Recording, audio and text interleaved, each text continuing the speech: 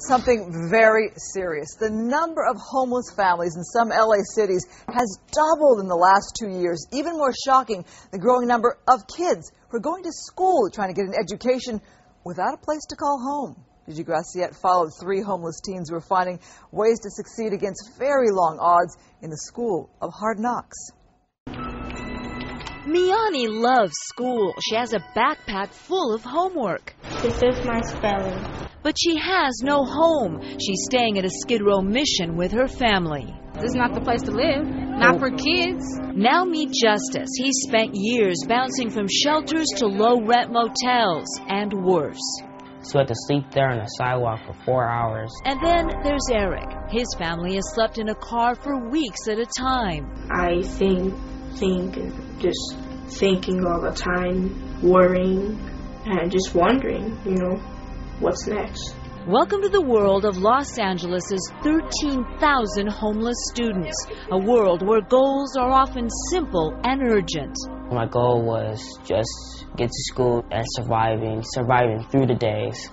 For many, the hard lessons they learn outside of school are critical to any success inside the classroom. Nothing will get better if we don't step up and do something. 3 teens and their families agreed to show us the challenges they face in the hope that someday more will be done to help students like them. Eric and his mother leave at dawn from the small room a friend is letting them use for a few nights. For them, just getting to Hollenbeck Middle School is a 2-hour ordeal, if they're lucky. It's a long way. Eric is considered a gifted student, but he's changed schools so often, his grades have suffered. In the last year, I went to 4 schools. Family shelters are few and far between, so when Eric's time at a shelter runs out, it often means changing schools as well. And today, he's changing again. Yeah, pushed around a lot, I'll say. That's how I feel. But leaving Hollenbeck means leaving a rare ally, a staff member dedicated to helping homeless students. We want to make sure they're prepared, so when they go in the classroom, they're ready to learn. For 12-year-old Miani, the walk to school is short, but it's a gauntlet full of Skid Row dangers. Drugs. The people who live on the streets. Men. Her older sisters worry about men preying on her. The men here, as we say nowadays, they're thirsty. Real thirsty. Miani's room at St. Vincent de Paul's Mission is a safe haven of stuffed animals and teen idols. Her school successes cover the walls. That's my test, and I have 100% on it, and that's a 4. Miani's lucky. St. Vincent's runs a computer lab, a calm, well-equipped place to study. Here's me and my dad. Justice, on the other hand, has rarely known that sort of peace. After his dad died, he says he and his mom spent more than a year at this motel near MacArthur Park. Prostitution, gangs, a lot of gangs. He learned to block out the street dangers, but the smell of drugs while he studied became too thick to ignore. The smell's coming through into our room, so we put down the door, close the windows and everything, make sure the smell don't get in. But no matter how secure he made the room, worrying about his mother when she was out at night made it impossible to study. I get paranoid thinking, what about her? If she get jumped or anything like that, then when she comes home, just all that's relief, just whew. Eric agrees that the hardest part is the fear. Every minute of the day, what'll happen? But he says facing fear keeps him going. Gives me, bravery, let's say, to do better than I was, because if I do way better, we'll have something bigger. My biggest dream is to have a home. For Justice, that dream has finally come true. His mother, Stacy, put together enough money to rent an apartment. This is our new home, so I moved in after 4 years of struggle. Justice hopes he's finally graduating from the school of hard knocks. That's how life is. Life is just a test. So that's test your willpower. And so far I've been tested, and here's my gift. So we're enjoying our reward with big smiles. Oh, what a sweetie, my goodness. Joining us now to talk more about this struggle is Tanya Tull. She has helped create some of the first family homeless shelters in LA, most recently Beyond Shelter, which she describes as a laboratory for social change. And also Alejandro Macias, we'll call him Alex. You just saw him in the piece. He's a counselor for homeless students at Hollenbeck Middle School. Alex, this is part of your job in the school? Yeah, I do this on a day-to-day basis. Who knew? You know, the job is every student that enrolls at Hollenbeck Middle School has to fill out a student residency questionnaire. And in this questionnaire, the student family identifies that they're homeless. And the homeless means, at least the way the McKinley-Vento Act defines it, is any student that doesn't live in a regular, fixed nighttime residence, adequate nighttime residence.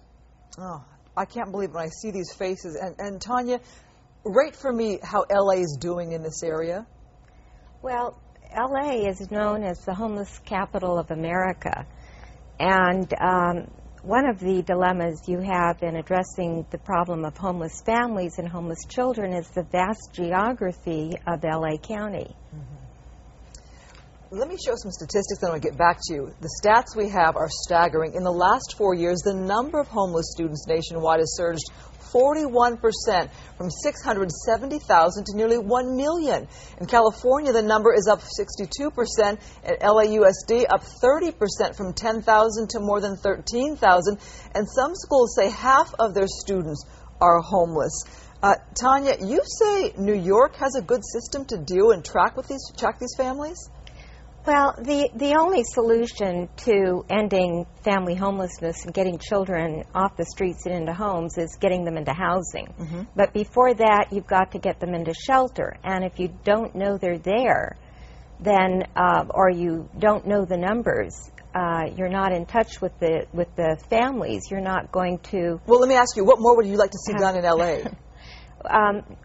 Going back to New York, they have a right to shelter, and every family who is homeless gets registered through a central intake, and then it's the responsibility of the city to see that they are sheltered that night. In LA, families basically wander from shelter to motel, changing schools, as you heard, while this is happening. Families with teenagers often can't get into shelters. Two-parent families can't get into shelters. And nobody keeps track of them. So there are thousands. Alex, I can't imagine what it must be like for these kids to try to learn in school when they're moving around like this. What are you seeing with the kids? You know, I see just these kids, they go to school. Some of them go to school late. Some of them their attendance is not consistent. But they all have a drive to be successful. They all want to graduate. They all want to go to college. They all want their houses. They don't want to repeat what they're going through with their children. They want to be successful. I'm guessing we're creating a society that has students who have got to be behind compared to other students, no?